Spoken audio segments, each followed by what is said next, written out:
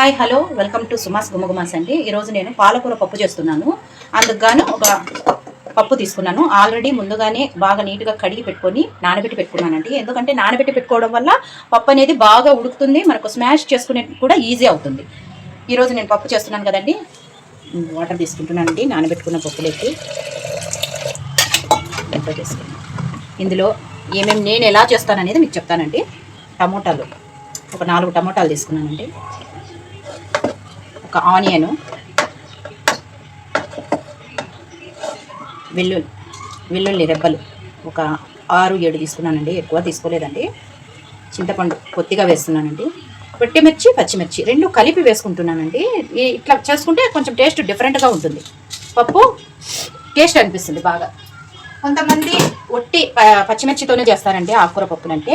పాలకూర వేస్తున్నానండి, ముందుగానే అన్నీ కడిగి పెట్టేసుకున్నానండి.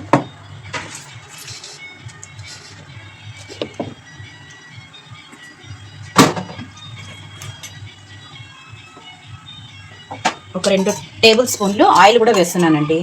ఎందుకంటే ఇట్లా వేయడం వల్ల మొత్తం ఇంగ్రీడియంట్స్ అంతా బాగా స్మాష్ అవుతాయి. ఉప్పు కల్లుప్పే వేస్తున్నానండి. నాకు కల్లుప్పే అలవాటు, ఏ రెసిపీ చేసినా కూడా నేను కల్లుప్పే వాడతాను.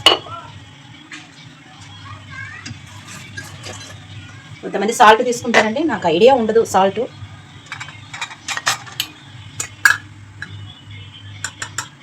పసుపు వేసేసానండి. లిడ్ క్లోజ్ చేస్తున్నానండి. క్లోజ్ చేసి ఒక 5-6 విజిల్స్ వచ్చేంత వరకు పెడతాను. స్టవ్ వెలిగిద్దామండి. పప్పు ఉడికిపోయిందో లేదా అని చూద్దామండి. స్టీమ్ అంతా పూర్తిగా అయిపోయింది. స్టీమ్ పోకముందే తినండి, నేను స్టీమ్ అంతా పోయిన తర్వాతే తీస్తాను. చూడండి, పప్పు బాగా ఉడికిపోయింది కదా, దీన్ని స్మాష్ చేసుకుందాము.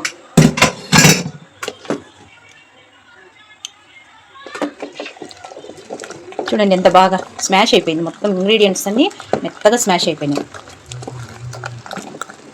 పప్పు అంతా రుబ్బుకొని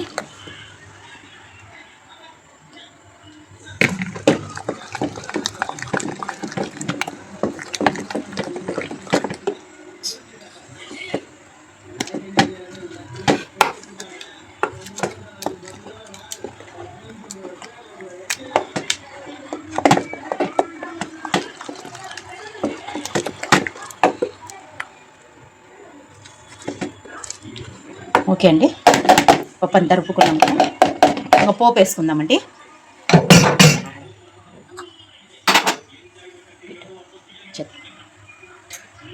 పోపు వేస్తున్నానండి. కొంతమంది నెయ్యితో కూడా వేసుకుంటారండి, నెయ్యితోనే వేస్తున్నాను. నెయ్యి వేసుకున్న టేస్ట్ ఉంటుంది.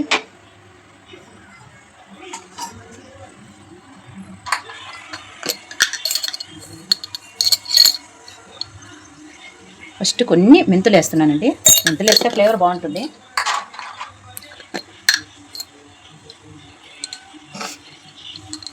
ఆవాలు వేస్తున్నాను,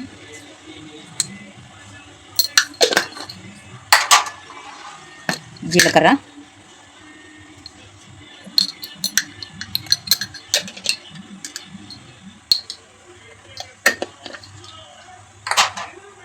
ఆవాలు జీలకర్ర ఆవాలు చిటపట అయ్యేంత వరకు.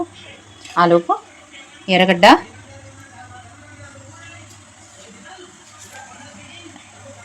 ఆనియన్ అంతా పీసులు పీసులుగా కోసి పెట్టుకున్నానండి. వెల్లుల్లి రెబ్బలు దంచి పెట్టుకున్నాను, నేను దంచి వేస్తానండి. కరివేపాకు కూడా తీసి పెట్టుకున్నానండి. ఆవాలు చిటపట అనకముందే వేస్తే బాగుండదండి. చిటపట అనిన తర్వాత ఇవన్నీ మనం స్పేర్గా కట్ చేసి పెట్టుకున్నాం కదండి, ఆనియను, వెల్లుల్లి, ఇవన్నీ తర్వాత వేసి కదండి. ఆవాలు వెల్లుల్లి వేస్తున్నాను, వెల్లుల్లి కొంచెం వేగల. ఆనియన్స్,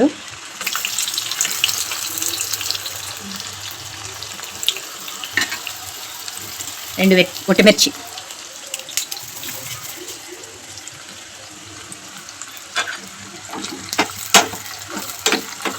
తర్వాత కొంచెం బాగా ఇవన్నీ దోరగా రెడ్డిష్గా వచ్చినాయనుకోండి, టేస్ట్ బాగుంటుంది. కరివేపాకు వేస్తున్నానండి.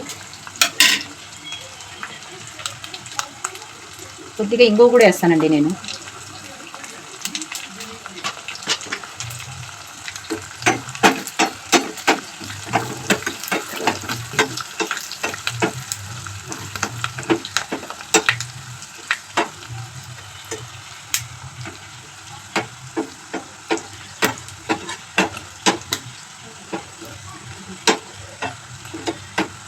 నేను ఒట్టిమిర్చి 3 వేసానండి పప్పులో, ఎందుకంటే నావి ఘాటుగా ఉన్నాయి. ఒట్టిమిర్చి కారం జాస్తి ఉన్నాయండి.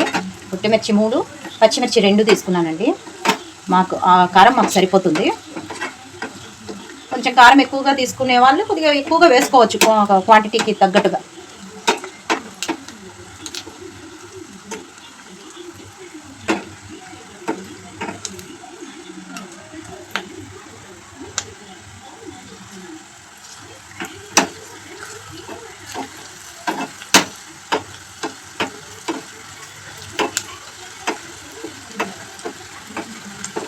ఈ పోపు అనేది బాగా దోరగా వేగాలండి. బాగా రెడ్ కలర్లోకి వచ్చి బ్రౌన్ కలర్లోకి వచ్చేంత వరకు మనము కలుపుతూ ఉండాలి.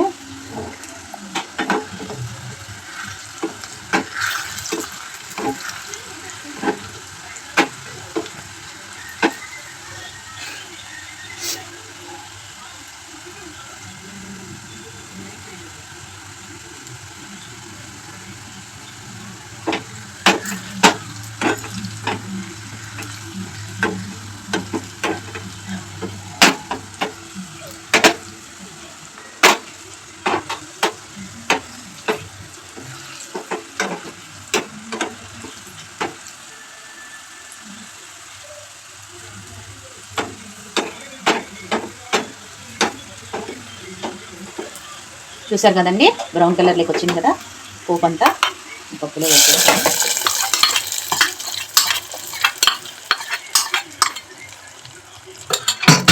ఇంతేనండి, అయిపోయిందండి పాలకూర పప్పు. ఇలా నేను చెప్పిన విధంగా చేసుకొని చూడండి, చాలా టేస్టీగా ఉంటుంది. పిల్లలు కూడా బాగా ఇష్టంగా తింటారు. ఓకేనండి, సబ్స్క్రైబ్ చేయని వాళ్ళు ఎవరైనా ఉంటే నా ఛానల్ సబ్స్క్రైబ్ చేసుకోండి, లైక్ చేయండి, షేర్ చేయండి. థ్యాంక్ యూ అండి.